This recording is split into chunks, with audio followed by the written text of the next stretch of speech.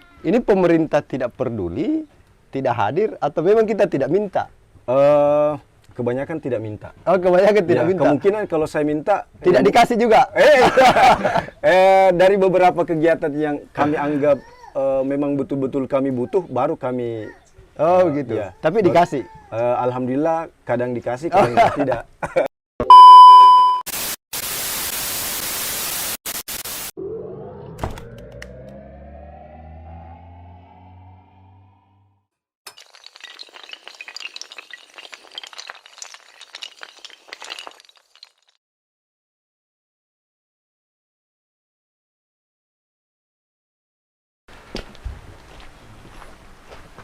Assalamualaikum. Salam. Siap, sedikit. Mana kabar, Pak? Alhamdulillah baik. Kita ya. Sehat, sehat. Subhanallah. Sedikit. Ya. Sini pakai di. Iya. Dari dalam, Jeki. Bah, alhamdulillah. Saya dari sekretariat langsung ke sini. Tapi ini banyak kuliah ini. Iya. Mau ke kuliah ini. Ya, saya kasih ikut juga karena sebentar mudah-mudahan bisa ada atraksi yang ditampilkan. Oh, gitu. Ya. Iya. Berarti ini terbalik kayaknya ini. Harusnya kan tuan rumah yang Sediakan. Ya. Tapi kan, ya. tapi ini, kan ini rencana kami bawa supaya sekedar melestarikan budayanya ya itu. budaya itu, Iya. atraksi arunya supaya sering-sering disaksikan Oke. oleh orang. Ya. Itu untuk mempertegas bahwa Salako adalah lembaga seni budaya begitu kira-kira. Iya, nih. betul. Meskipun terbalik ini. Betul banget. Saya siapkan. Iya, boleh. Di mana nih mau? Bisa di sini, Bang. Di sini? Ya, artinya mungkin ruangnya sudah bisa ini. Sudah cukup? Iya, bisa ya. Oke. Iya. Oke. Berdiri mungkin, Oh, Bang. oke. Baru Di sini? Pengaruhkan, Iya. Saya Siap. kayak pejabat ini. Kayak iya. Oke.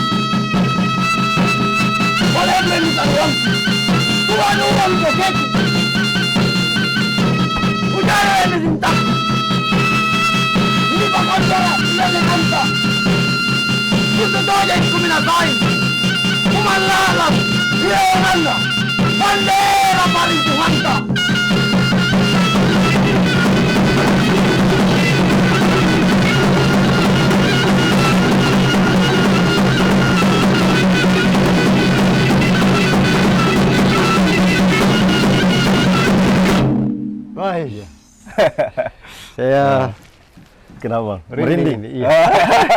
Luar biasa. Kita di sini mungkin ya. Oh, bisa. Sambil Iya. kita agak santai. Iya, saya Iya, Bang. agak iya. Ngeri-ngeri sedap. Memang posisinya seperti di atas ya. Iya. Ketika ada ritual-ritual aru itu, Iya. karena bagi saya itu ritual Betul. sebenarnya. Iya. Tetapi aru itu sebenarnya apa itu? Kalau secara arti, Ya. yang dipahami selama ini bahwa aru itu adalah ucapan ikrar. Ikrar. Iya, ikrar. Oke. Kalau di zaman dulu, di mana aru ini memang digunakan pada waktu itu sebagai ritual, Ya. aru itu adalah ucapan atau ikrar seorang panglima Ya. kepada rajanya, apakah dia bermakna kesetiaan atau bermakna jaminan bahwa dia akan menjaga rajanya. Oh. Seperti itu ya. Tetapi beberapa teksnya itu sepertinya mendorong orang untuk lebih berani. Ya, seperti itu. Artinya seorang panglima juga ya harus memperlihatkan diri bahwa memang dia tidak diragukan lagi untuk menjaga raja. Iya. Makanya memang harus diucapkan dengan betul-betul tegas dan suara yang begitu lantang. Dan dalam 2 menitan itu saya seperti raja. Tapi itu kisahnya betul ya? Iya, memang menggunakan badik. Badik, iya. Berarti memang juga ada ritual sebelum itu dilakukan. Artinya tidak sembarang orang bisa melakukan itu. Ya, intinya sebelum melaksanakan itu sudah pasti kita berdoa dulu. Artinya sebagai mudah-mudahan kita dihindarkan dari hal-hal yang tidak diinginkan seperti itu. Dan ini salah satu bagian dari tradisi budaya yang ingin dilestarikan oleh Salokoa. Ya, seperti itu. Oke. Artinya kami di Salokoa bagaimana menjaga ini, ya artinya dengan mempelajari beberapa sumber-sumber. Ya. Kalaupun misalnya di luar, kalau ada pertanyaan seperti apa, ya intinya kami juga butuh masukan. Oke.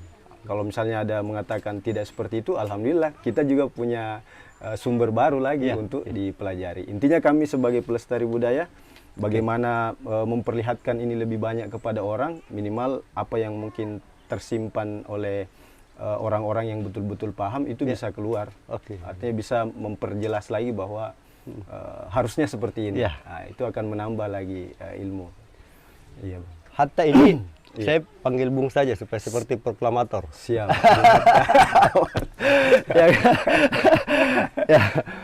Bung Hatta ini dikenal sebagai pendiri, penggagas dari lembaga seni dan budaya. Iya, Salokoa. Salokoa. Iya. Kenapa lembaga-lembaga seperti ini itu menurut Bung Hatta ini harus ada? Iya. Menurut saya kenapa harus ada lembaga seperti ini itu sebagai jawaban bahwa memang di kondisi sekarang ini di arus globalisasi yang banyak menggerus identitas kita. Ya, betul. Memang harus ada wadah-wadah tertentu yang memberikan memang pemahaman, pelatihan, semangat, motivasi supaya apa yang kita anggap sudah mulai punah, sudah mulai hilang itu bisa ada tempat untuk mempertahankannya. Oke. Iya. Nah, Salokoa ini kan cukup lama. Iya. Bagaimana prosesnya kemudian muncul lembaga ini dan apa yang kemudian memotivasi, mendorong seorang Hatta ini untuk kita butuh ini untuk ruang-ruang seni ini tetap ada, ataukah kemudian juga berbicara soal kondisi pemuda kita hari ini? Seperti apa prosesnya? Iya, kalau bicara Salokoa, Bang. Iya. Saya rasa ini sangat panjang sebenarnya kalau mau dibahas. Iya. Ya, Salokoa yang kita kenal mungkin teman-teman yang mungkin peserta angkatan baru yang ini mungkin mengenal Salokoa itu dari 7 tahun yang lalu.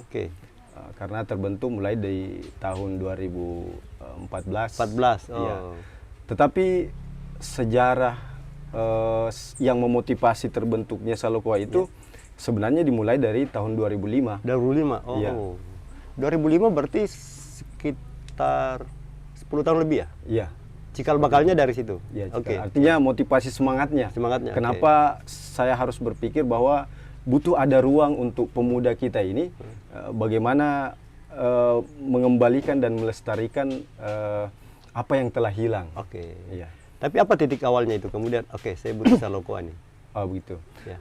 Nah, jadi begini. Di 2005 itu saya kan punya pekerjaan sebagai tenaga pendidik di salah satu sekolah madrasah aliyah di sekitar pabrik semen. Ya, penyambung lah dengan kegiatannya ini. Iya.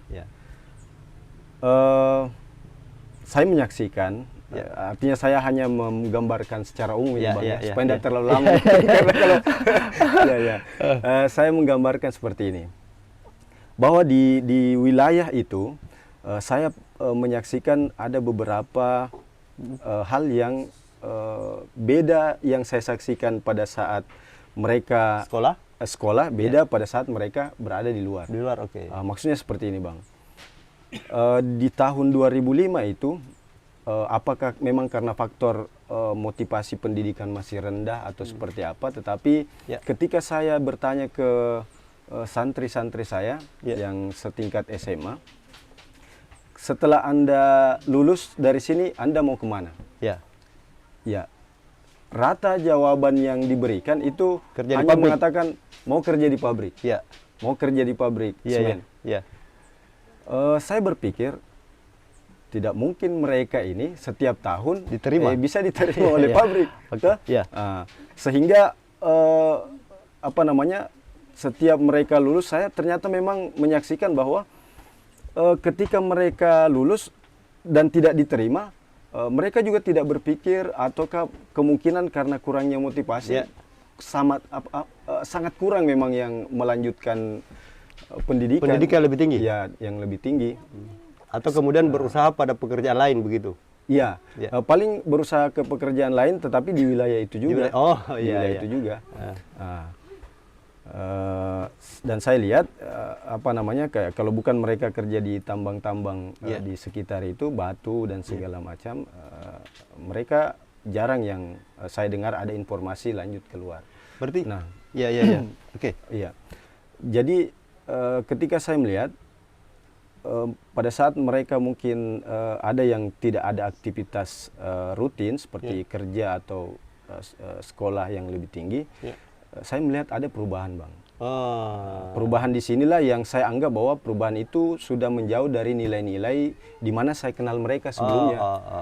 Saya hadapi mereka sebelumnya sebagai seorang santri, tiba-tiba di luar mungkin sudah jauh dari saya yang saya harapkan. Seharusnya ada perkembangan, tetapi justru turun. Ada nilai yang hilang. Nah, saya berpikir meskipun saya tidak lagi menjadi guru mereka, tetapi saya merasa punya tanggung jawab untuk bagaimana membuat mereka bisa terarahkan kembali. Nah, saya merasa bahwa ya tidak mungkin saya panggil mereka kembali ke sekolah, karena bukan masanya lagi. Nah, jadi hal-hal itu menjadi beban bagi saya. Terus setiap tahun pasti saya menyaksikan dan mengalami hal ini. Artinya ini dimulai dari kondisi alumni tempat kita mengajar sebenarnya. Sebenarnya. Meskipun hari ini itu tidak terbatas di situ.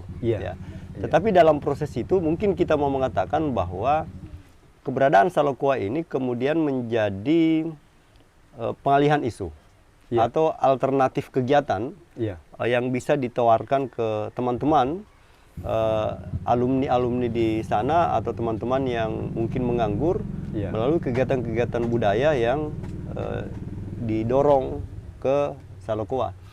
Tetapi kenapa harus budaya? Sebenarnya seperti ini, Bang. Pertama, perubahan nilai yang saya lihat itu, saya harus memikirkan bagaimana supaya kembali pada apa yang saya harapkan.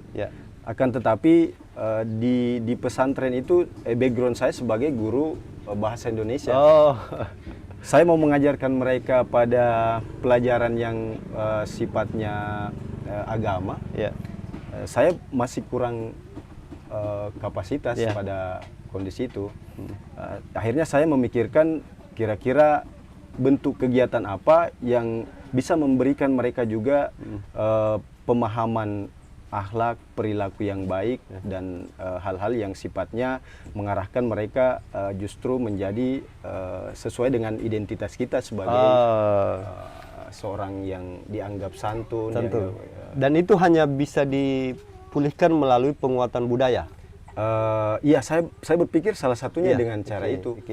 Sehingga pada waktu yang saya anggap tepat, maka saya menyampaikan kepada beberapa orang yang saya sempat ajak untuk berkumpul pada waktu itu, bagaimana kalau kita bentuk satu kelompok yang mengarahkan kita ke hal yang sifatnya dalam bahasa Bugis malekbi atau dianggap mulia seperti itu. Karena kita ini manusia yang memang tujuan kita supaya kita berperilaku seperti orang, artinya menjadi orang. Maksudnya menjadi orang itu menjadi orang yang dianggap baik dan ya bukan perilaku yang mungkin agak menjauh dari beradab lah. Beradab. Iya. Ya. Nah, salah satunya dengan itu tadi kelompok budaya. Ya. Dan lahirlah Salokoa di 2014 itu secara kelembagaan. Ya, secara kelembagaan di 2014. Ya, yang cikal bakalnya dimulai dari sejak 2005 itu. 2005. Oke. Ya. Seperti itu. Nah, saya awal-awal dengar kata Salokoa, saya mohon maaf ini karena keterbatasan pengetahuan soal itu. Iya. Kan awal-awal namanya menurut saya agak rumit, agak ribet. Sebenarnya gitu, ya. Masih Salokoa, asing. Iya, masih asing. Maksudnya kenapa enggak pakai nama-nama yang lebih keren? Ya, dalam tanda kutip lebih gaul gitu. Maksudnya lebih gampang diingat. Tetapi saya juga yakin bahwa tidak sekedar ada penggunaan nama itu. Iya. Ya, Salokoa itu apa sebenarnya? Iya. Mungkin saya harus menjelaskan berawal dari pemahaman saya atau apa yang saya yakini bahwa label atau nama itu adalah sebuah doa bagi saya. Oh ya, oke. Karena memang tujuan saya supaya apa yang kita laksanakan ini mengarahkan kita kepada kemuliaan yang diinginkan oleh adat dan agama kita, maka saya juga harus pakai simbol nama yang menyimbolkan makna yang mulia. Saya pandang penamaan Salokoa ini, kalau secara kata Salokoa, Salokoa sebenarnya dia berasal dari bahasa Makassar kuno yang berarti mahkota.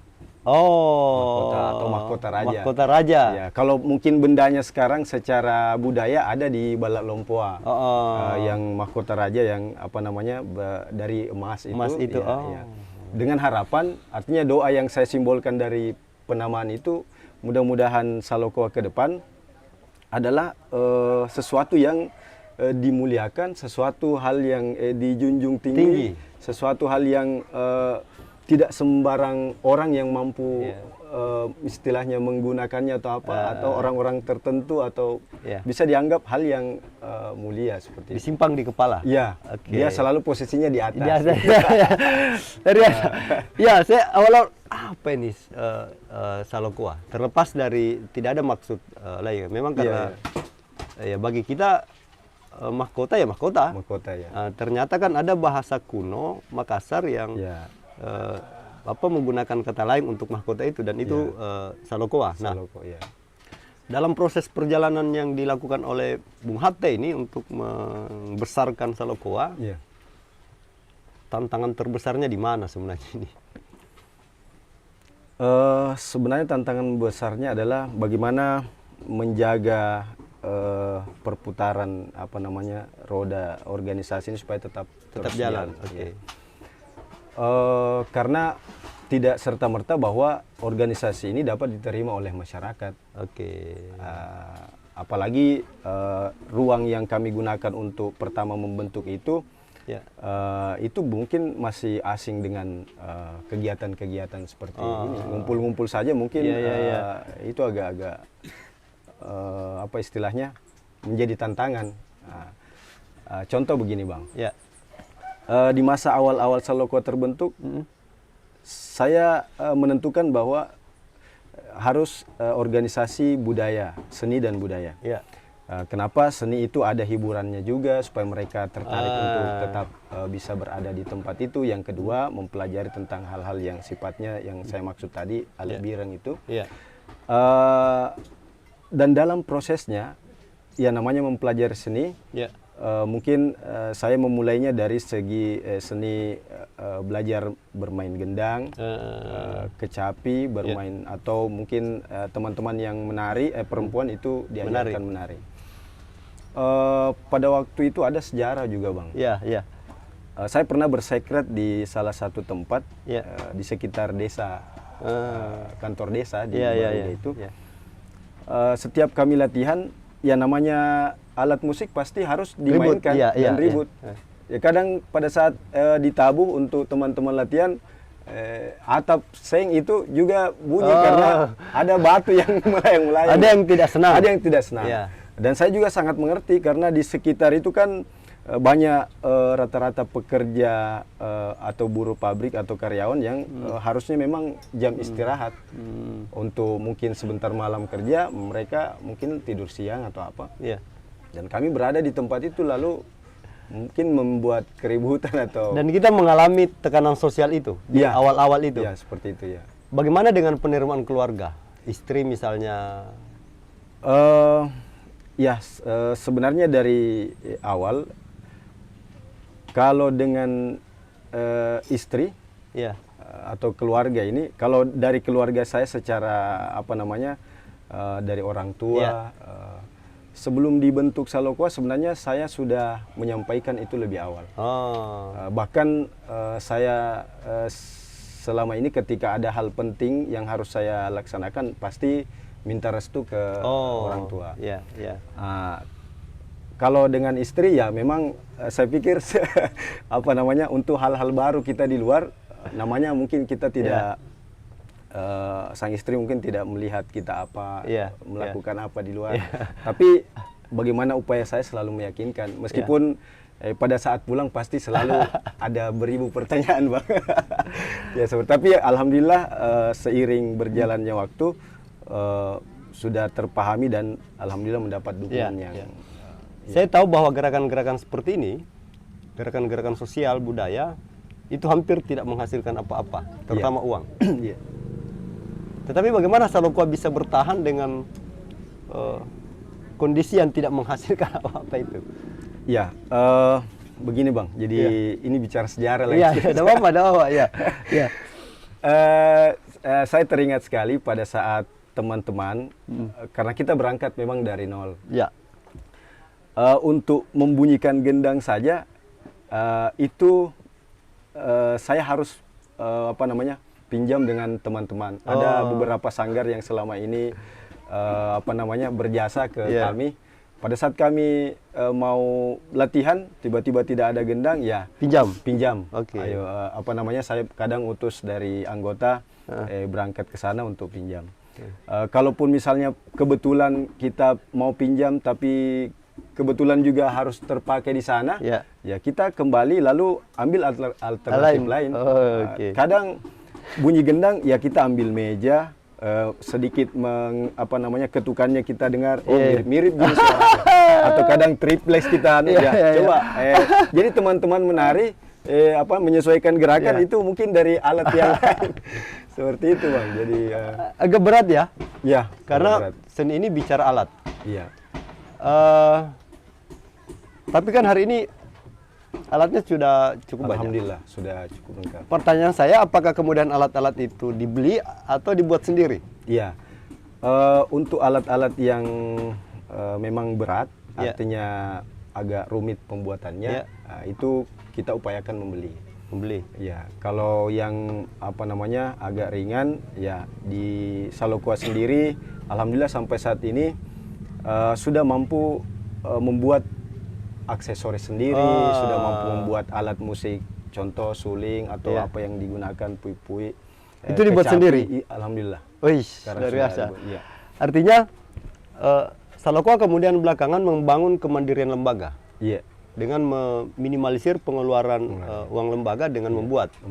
Dan ini menarik sebenarnya karena secara prinsip hampir sama dengan konsepnya kita misalnya ketika kita bicara soal konsep berdaya pulih. Bagaimana segala sesuatu itu kemudian bisa dihasilkan sendiri. Nah, tetapi kan di masa-masa sebelum bisa membuat alat itu kan berarti ada beberapa yang dibeli. Nah, dari mana uang membelinya itu awal-awal itu? Ya, kalau awal-awalnya sebenarnya itu dari sumber daya anggota. Kadang kita kumpul-kumpul, nanti beberapa lama baru kita bisa mendapatkan alat itu. Berat ternyata ya mempertahankan budaya karena selain menyita waktu juga menyita uang. Ya, seperti itu. Artinya butuh banyak pengorbanan. Nah, kalau saya lihat hari ini Salokoa jauh lebih mapan. Salokoa jauh lebih mandiri sebenarnya. bagaimana konsep kemandirian yang dibangun oleh Salokoa hari ini, sehingga kemudian teman-teman yang ada di dalam itu tetap bisa beraktivitas, organisasi tetap hidup, tetapi teman-teman juga paling tidak punya akses ke sumber-sumber kegiatannya. Bagaimana mendorong itu? Iya, jadi alhamdulillah seiring dengan bagaimana kami selama ini berjuang supaya apa yang kami pertunjukkan, apa yang kami pertontonkan, apa yang kami lakukan itu juga akan diminati oleh masyarakat. Selama 2014 itu terkadang seperti ini, Bang. Ketika teman-teman sudah hafal ada tarian, ada musik, dan itu bisa digunakan pada kebutuhan masyarakat untuk pesta pernikahan, terkadang kami menyampaikan ke mereka, bisa ndak Salokoa tampil di sini? Kalau mereka mengatakan dibayar berapa, saya bilang jangan yang penting tampil dulu, bisa tampil teman-teman. Minimal ada ruangnya untuk bisa melatih dia punya mental, melatih dia punya betul-betul bagaimana gerakannya sudah bagus. Nah, tapi seiring berjalan waktu ternyata banyak kebutuhan dari masyarakat. Mungkin karena sudah melihat budaya itu ternyata bagus juga ya ditampilkan, bukan hanya persembahan dari mungkin musik-musik yang modern. Ternyata sudah banyak kebutuhan. Dari banyaknya kebutuhan itu kadang kami dipanggil dan memang sudah ditawari, Bang. Sudah ditawari seperti tampil seperti ini itu biasanya berapa. Tetapi kami tetap pada konsep bahwa kita ini gerakannya sosial. Meskipun mungkin harus menerima upah atau bayaran dari situ, kami tidak seberapa. Karena kami pikir bahwa budaya ini milik semua orang, tidak boleh dibuat seperti... Yang kita mau sampaikan sebenarnya adalah bahwa kita tidak menjual budaya. Kita juga tidak mencari hidup di lembaga dan di organisasi. Tetapi kita ini hanya ingin hidup bersama organisasi. Sebenarnya bahwa bagaimanapun hebatnya seseorang mendorong kegiatan-kegiatan, kalau tidak ditopang dengan kekuatan ekonomi, maka itu juga akan selesai. Artinya sebenarnya mungkin ada beberapa pentas yang dalam tanda kutip itu diupah atau diberikan ucapan terima kasih. Mungkin juga ada yang tidak, dan itu saling menutupi. Dan fungsinya sebenarnya adalah memperpanjang nafas lembaga. Bukan memperkaya anggota lembaga, gitu kira-kira ya. Karena ini kan juga penting untuk dipahami bahwa kehadiran teman-teman Salokoa di pesta-pesta masyarakat, perkawinan dan sebagainya, sesungguhnya tidak untuk menjual budaya, tetapi untuk mempertontonkan budaya. Pun ada orang yang kemudian memberikan ucapan terima kasih, itu karena teman-teman punya biaya ke tempat itu. Yang kedua, itu untuk memperpanjang nafas kegiatan organisasi ini. Artinya kita tidak bicara komersil sebenarnya. Ada yang menarik sebenarnya adalah soal selama proses itu bagaimana kehadiran pemerintah? Untuk Salokoa sendiri nih, Bang, ya. Untuk sementara ini memang saya pernah punya apa istilahnya semacam rencana, Bang. Maksudnya saya mau menggerakkan organisasi ini, saya tidak mau membelajarkan anggota saya tergantung pada sedikit-sedikit supaya mereka bisa punya kemandirian. Jadi ketika mereka mau buat kegiatan, dia harus berupaya bagaimana. Saya potong dulu. Saya sudah tidak terlalu sepakat dengan istilah kemandirian. Tetapi istilah kemerdekaan. Gitu. Tapi tetap kami butuhkan sebenarnya. Oh gitu ya. Artinya begini, Bang. Contoh cara yang saya lakukan beberapa waktu lalu, Bang. Dan sekarang masih tetap saya belajarkan ke angkatan-angkatan baru. Contoh, misalnya dari hasil mentas-mentas melayani kebutuhan masyarakat di soal budaya. Ketika ada uang lebih, ketika misalnya mereka hampir selesai tampil, mereka saya kasih ini uang ganti bensin dan setelah itu dimasukkan sebagian ke kas. Dari kas itulah saya mencoba untuk membelajarkan mereka bagaimana dari jumlah yang sedikit ini bisa menghasilkan sesuatu yang lebih banyak. Lebih banyak. Nah, Oke. maksudnya begini, Bang. Contoh, mereka butuh pakaian, Ya. mereka butuh aksesoris. Ya. Jadi saya membuat konsep seperti ini. Ya. Sekarang dari uang yang jumlahnya sedikit, kalau kita mau beli barang, bisa saja yang dihasilkan cuma Beberapa. nilai, ya cuma mungkin 1 sampai 2 Ya, pasang. ya. Tapi kalau misalnya kita beli bahannya, Ya. lalu kita buat sendiri, itu bisa sampai 5, 10 bahkan, Ya, tergantung kita. Nah, akhirnya saya pakai konsep seperti itu. Dan ternyata alhamdulillah sampai saat ini itu juga memberikan banyak dampak positifnya. Positifnya adalah bukan hanya bahwa kita mampu mendapatkan banyak barangnya, tetapi kreativitas mereka juga itu yang tumbuh. disebut mengakali kemiskinan. Ya mungkin itu selalu, Bang. Tuhan, Ya. ya. Jadi kadang-kadang supaya miskinnya kita tidak terlalu kentara ya kita buat. Betul. Ya. Tapi pertanyaan begini, ini pemerintah tidak peduli, tidak hadir, atau memang kita tidak minta? Kebanyakan tidak minta. Oh, kebanyakan tidak Ya, minta. kemungkinan kalau saya minta Tidak dikasih juga. dari beberapa kegiatan yang kami anggap memang betul-betul kami butuh, baru kami Gitu. ya. Tapi dikasih. Alhamdulillah kadang dikasih, kadang tidak. Seperti itu. Bang. Artinya pemerintah ini kadang-kadang hadir, kadang-kadang tidak. Iya, kadang-kadang tidak. Ya. Meskipun sebenarnya kalau menurut saya untuk kondisi sekarang ini, jujur Bang, Ya. saya sudah merasa kewalahan. Ya. Untuk mengatur anggota yang sudah ratusan lebih, Ya. lalu untuk melengkapi hal itu semua saya pikir, Oke. karena kalau saya pakai metode yang seperti dulu, Ya. saya anggap Saloko ini lama berkembangnya. Makanya mungkin saya membutuhkan, merasa butuh apa istilahnya, wujud perhatian Oke, pemerintah. Ya, seperti itu. Menarik sebenarnya karena hari ini Salokwa mendorong kemerdekaan kelompok. Iya. Sebenarnya. Sebenarnya kita tidak bicara soal apakah pemerintah harus hadir atau tidak. Iya.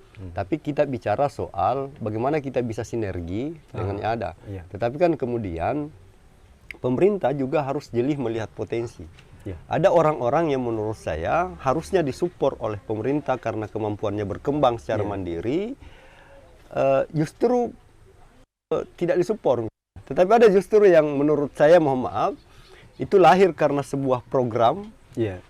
yang justru banyak disupport dan kebanyakan itu tidak bisa bertahan lama sebenarnya. Nah, ini yang menarik dari kegiatan-kegiatan yang dilakukan oleh teman-teman Salokwa. Nah, terakhir sekarang berapa banyak jumlah anggota atau keluarga Salokwa? Iya. Kalau untuk di angkatan 9 karena ada beberapa sudah angkatan 9 ini? Iya, angkatan ya. Yang mana angkatan 9? Ini angkatan 9. Oh, ini. Oh, oke. Iya. Terakhir Kalau- ya? Kalau mereka ini sudah luar biasa senior-senior. Oh, gitu ya. Iya. Terakhir itu di angkatan 9 itu jumlahnya 164 orang. 164 orang. Iya, 164 orang. Luar biasa. Iya. Itu sudah berapa tahun ya? 2014 sampai Ya. ya. Itu- sudah 9. Itu aktif. Alhamdulillah aktif. Aktif. Tetapi aktifnya seperti ini. Kita bagi lagi jenis keaktifannya. Heeh. Pertama, ada yang aktif untuk kehadiran, Ya. berlatih di sekretariat. Ada juga yang misalnya sudah kerja, sudah kuliah di Makassar. Ya. Artinya kami tetap menganggap dan mencatat mereka sebagai anggota. Tetapi kita tidak menuntut lagi keaktifan mereka seperti Oh, dulu. iya, Karena iya, memang kami menganggap, artinya saya memang membentuk lembaga ini, ya kalau bisa saya katakan itu tempat transit mereka. Oke. Daripada mereka tidak punya pekerjaan yang istilahnya rutinitas yang dianggap sebagai pekerjaan tetap. Ya. Daripada kita berada di luar yang tidak jelas, ya mending ke Salokwa. Kalau misalnya sudah punya pekerjaan yang lebih bagus, ya kami dukung, harus Anda ke sana. Luar biasa. Seperti itu ya. Bung Hatta, saya punya kegiatan-kegiatan sosial juga yang dibuat di sini. Iya. Kegiatan-kegiatan pendidikan. Iya. Ada beberapa program yang kita buat, tetapi saya memang lebih banyak bersentuhan pada persoalan-persoalan lingkungan. Iya. karena memang itu basic, Basic. basic dari saya dan saya senang di ruang-ruang. Sekarang kita sudah punya 3 kelas. Iya. Nah, ada satu kelas sebenarnya yang menurut saya banyak diminati anak-anak dan itu tidak ada. Kenapa? Karena saya tidak punya basic sama sekali di situ. Itu kelas seni. Betul. Sanggar. Jadi beberapa murid-murid di sini yang belajar mengaji bahasa Inggris, bahasa Lontera, beberapa juga mengusulkan bahwa harus ada sanggar. Sanggar, ya. Nah, saya bilang agak berat karena saya tidak tahu memainkan satu alat musik pung sebenarnya. Nah, saya sebenarnya berharap bahwa rumah kedua atau rumah belajar anak sungai ini nanti ke depan akan punya kerjasama lah dengan teman-teman Salokoa, atau mungkin kita sebutnya begini supaya lebih tren atau lebih ke gaya-gaya pejabat. Nanti rumah belajar anak sungai bikin MOU dengan Salokoa, jadi kami punya rumah belajar, ada murid, nah nanti gurunya dari Salokoa. Mungkin nanti bisa kita atur bagaimana kelanjutannya ya, kira-kira. Nah, saya pikir Bung Hatta juga ketika memilih bergerak di bidang seni dan budaya itu pasti punya ketertarikan di seni dan punya keahlian seni. Tetapi saya pikir segala sesuatu itu mesti dibuktikan dengan aktualisasi. Sebagai penutup mungkin saya izin, mungkin Bung Hatta bisa main sesuatu yang kita perdengarkan di, ada suling bambu. Nah, kita mau lihat nih, jangan sampai pendirinya tidak tahu alat musik kan. Oh begitu. Iya. Iya. Sekedar tiup saja. Iya. Saya juga bisa main kalau gitu. Gitu. Bisa ya. Cuma kayaknya lebih asik kalau pakai suling ini. Oh, ada 2. Oke, boleh. Nah, nanti terserah yang mana mau dipakai ya. Iya. Oke, mungkin ini saja. Iya.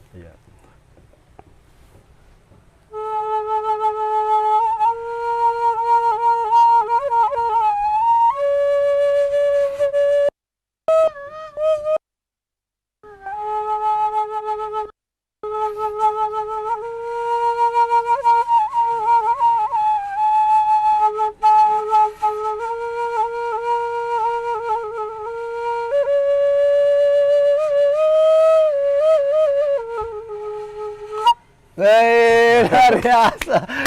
Ini mungkin musik iringan untuk biasa kalau ada orang baca puisi Bang Tok kan ada. Oh, yang musikalisasi itu. Biasa ditiup-tiup juga supaya. Dan ini dibuat sendiri? Iya, alhamdulillah semua dibuat sendiri oleh. Ini agak mahal kayaknya karena harus potong kerbau. Tanduk kerbau.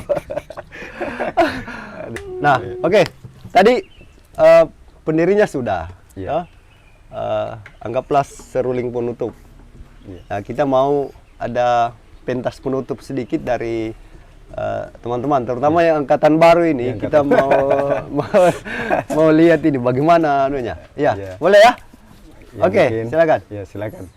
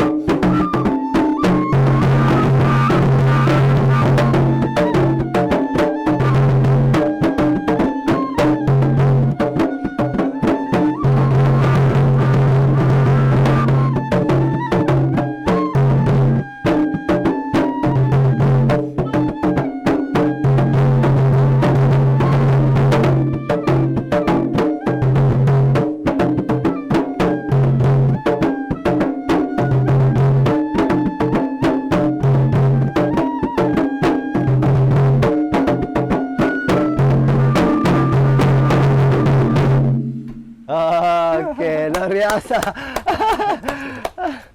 Sudah bisa lahir angkatan ke-10 nih. Insyaallah mau lagi aneh nih Bang. Mau diksar lagi. Iya, Oke. Bu Hatta, terima Iya, kasih siap. banyak. Iya, sama-sama Bang Iwan. Terima kasih banyak. Sehat-sehat sama teman-teman. Siap. Terima Nih. kasih Bang. Kasih banyak. Luar biasa. Allah. Saya Terima kasih Bang.